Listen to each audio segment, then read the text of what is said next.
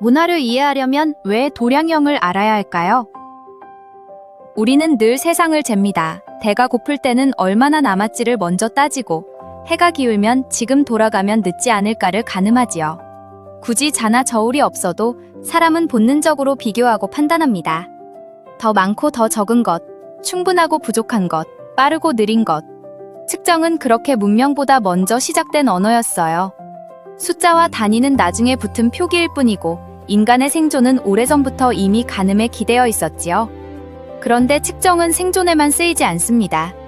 우리는 집을 얼마에 내놓을지 정할 때도, 문장을 쓸 때 단어의 길이를 고를 때도, 그림에서 원근을 맞추고 색의 균형을 잡을 때도 적당함을 재고 있지요. 눈에 보이지 않는 기준을 세우고 그 기준과의 거리를 줄이는 일, 그게 측정이라면 인간의 거의 모든 활동은 측정으로 설명됩니다. 그래서 도량형, 길이, 넓이, 부피, 무게처럼 세상을 재는 방식을 들여다보면 뜻밖의 곳에서 문화가 보여요. 단위는 중립적인 숫자처럼 보이지만 실제로는 한 사회가 무엇을 중요하게 여기고 무엇에 익숙했는지, 어떤 삶을 살았는지가 묻어나는 흔적이거든요. 그 흔적 중에서도 가장 먼저 눈에 들어오는 게 크기감이에요. 무엇을 크게 보고 어디까지를 충분하다고 느끼고 어떤 차이는 그냥 넘기고 어떤 차이는 끝까지 붙잡는지요. 이 감각이 다르면 같은 말도 다르게 들리고 같은 행동도 다른 뜻으로 읽히곤 합니다. 고대 중국에서는 음을 맞추기 위해 율권 같은 기준을 세웠다고 하지요. 소리라는 감각을 길이로 고정해두면 누구나 같은 음을 다시 꺼낼 수 있으니까요. 음 높이를 정하는데 피리의 길이가 중요했던 것도 그 때문입니다. 음악을 길이로 묻고 그 길이를 반복 가능한 기준으로 맞춘다는 건 질서를 작은 단위에서부터 세우려는 크기감이 있다는 뜻이에요. 흥미로운 건 그 길이를 고정하는데 곡식의 일종인 기장 같은 익숙한 대상을 끌어왔다는 점입니다. 손에 잡히고 매일 마주치고 반복되는 것. 그런 것들이 기준이 되기 쉽지요. 기준은 멀리서 떨어지지 않고 대개 생활에서 올라오거든요. 농업과 관련된 단위가 다른 문화에도 널리 존재했다는 점은 자연스럽습니다. 하루 동안 경작할 수 있는 밭의 넓이, 한 가족이 1년 동안 먹을 쌀을 생산할 수 있는 논의 넓이 같은 단위들은 땅이 단순한 공간이 아니라 생존과 공동체의 기초였던 시대의 감각을 드러냅니다. 오늘날 우리는 면적을 제곱미터로 계산하지만 어떤 사회는 면적을 노동과 시간으로 느꼈습니다. 땅을 얼마나 가졌는가 보다 그 땅이 얼마나 먹여 살릴 수 있는가가 더 중요한 질문이었던 것입니다. 서아프리카의 아칸족이 사용한 금저울추에도 그들만의 문화가 녹아 있어요.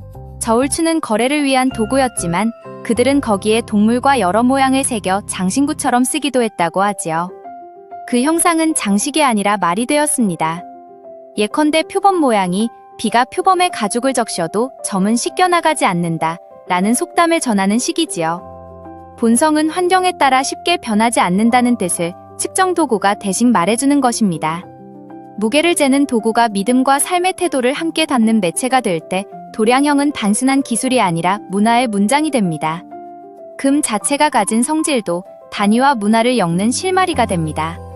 금은 귀하고 변하지 않으며 가공이 쉬워 오래전부터 특별한 대접을 받아왔습니다. 금의 순도를 나타내는 K가 캐럿에서 왔다는 사실은 단위의 배경에 무역과 상업의 세계가 있음을 암시합니다. 캐럿은 지중해와 중동에서 자라는 캐럿나무의 씨앗과 연결되어 있다고도 하지요.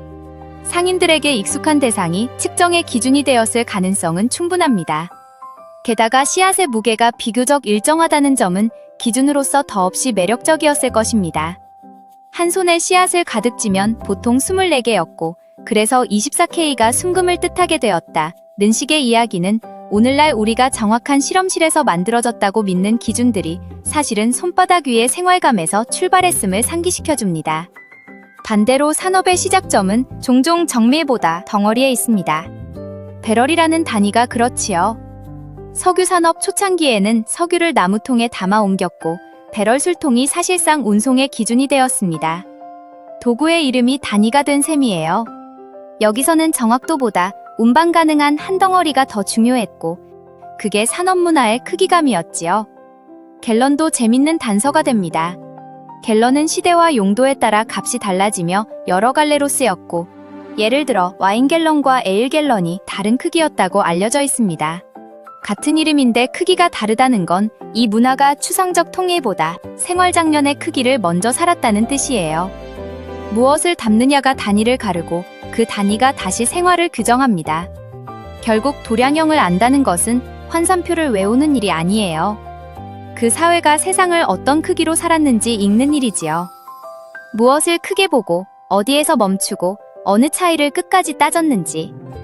단위는 숫자의 옷을 입고 있지만 속에는 생활 리듬과 취한이 들어 있습니다. 그래서 문화를 이해하려면 도량형을 들여다봐야 해요. 문화는 말로만 남지 않고 단위로도 남아 있으니까요.